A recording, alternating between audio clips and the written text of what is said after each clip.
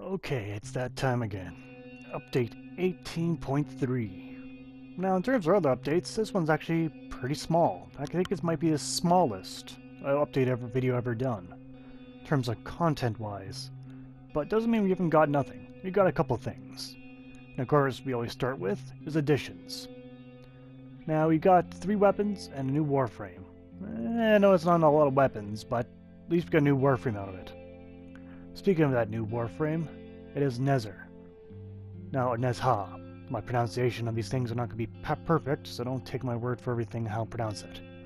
But anyway, Nezher's the jester, the court jester of how everything goes. In terms of his powers, he's a mixture of many other Warframes, combining Excalibur, Volt, Rhino, and probably a few others I'm forgetting. But yes, he is one of many. Endgame? Who knows? We'll find out. Now, in terms of weapon, we got the Distraza. Distraza? I'm sure I pronounced that one properly. Anyway, it's finally we got a repair. This weapon looks excellent in puncture and status, and not status, sorry, critical. Gotta change my notes there in the future. But anyway, we got the Shaku. You want to be Bruce Lee all over again, except minus electricity? This is what you want. More nunchucks. Then last weapon we got is the Sidon. You want to be ruler of the seas? You want Poseidon? Then get your Triton right here. You'll find both the nunchuck in the Town Lab, and you'll find the Poseidon's Tritons here in the Green Air Lab. But anyway, we also got new cosmetics. Cosmetics, we got some pretty much gun overhauls, like skin overhauls. I won't be showing those. There's too many of them to really go through. But we'll go through the important ones. Namely, the new Loki skin. The Knave skin, as it's called. I'm surprised that PC didn't really mention this. They went absolutely apeshit for the Trinity skin, but they didn't really mention this came out. This one kind of caught me by surprise. I guess no one likes it. Well, I think it looks pretty nice. The plain Loki looks meh, but I do like this one. Nice decoratives on him. But in terms of getting it, well, yeah, you don't have to buy the bundle. The bundle just comes with a lot of stuff, but also the capes. Now, the Bomb X is actually a recreation of already existing capes, just with new decals on them. So even though Foxglove, they have different names, they look pretty much the same. So yes, already existing capes with different looks on them. Your choice if you want them or not. But anyway, we're going to go on to changes. Now, in terms of changes, there aren't too terribly many. There's going to be a lot of Conclave changes, but for regular changes, it is as follows. And we'll start off with the sentient enemies. The sentient enemies will now be granted immunity to physical damage. Well, not immediately, but as you do more damage to them, they'll no longer take any damage from physical. It has to be elemental after they become immune to it. And the Shadow Stalker will also have the same buff, since he shares this sentient defensive trait. We also have sortie changes. The sortie defense waves will be reduced to 10 from 15 waves. The sortie survival time will be reduced to 15 minutes from 20 minutes. The sortie excavation requirement for chaotic will be reduced to 1000 from 1200. The sortie interceptions will require only 3 rounds now instead of 4. Another change for the sortie defense is the target will now be an operative.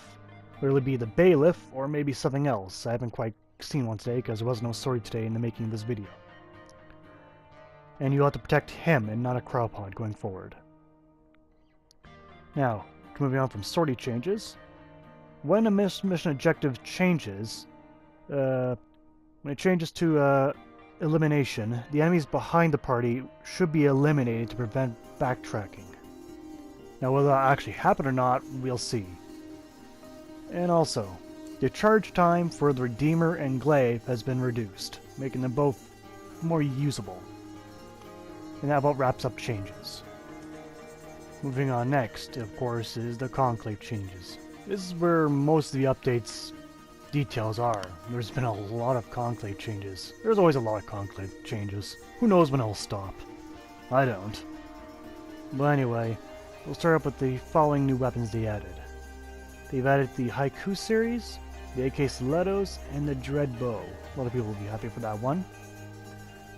Now, moving on, we got damage and ammo pool increased for the Penta series.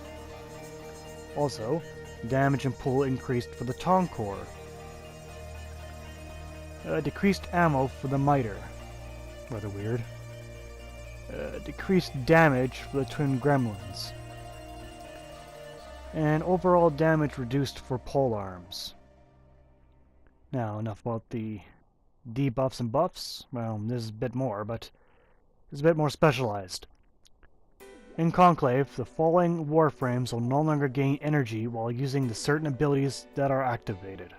They are Chroma's Vexed Armor and Effigy, Ember's World on Fire, Excalibur's Exalted Blade, Ivara's Artemis Bow, Limbo's Rift Walk, Rhino's Iron Skin, Valkyr's Hysteria, Wukong's Defy and Primal Rage, Nova's Nullstar, and Mirage's Hall of Mirrors. So that means they cannot pick up any blue orbs when they have these abilities active. So these are all abilities with no real timer. Now, all Warframes will have Conclave-specific stats. I can't go over every Warframe, there's too many. So you can check them out yourself what's changed. You'll probably notice. To accommodate this, all Conclave mods have been adjusted to fit the previous point mentioned. And primary and secondary weapon damages have been adjusted to fit the change to all Warframes.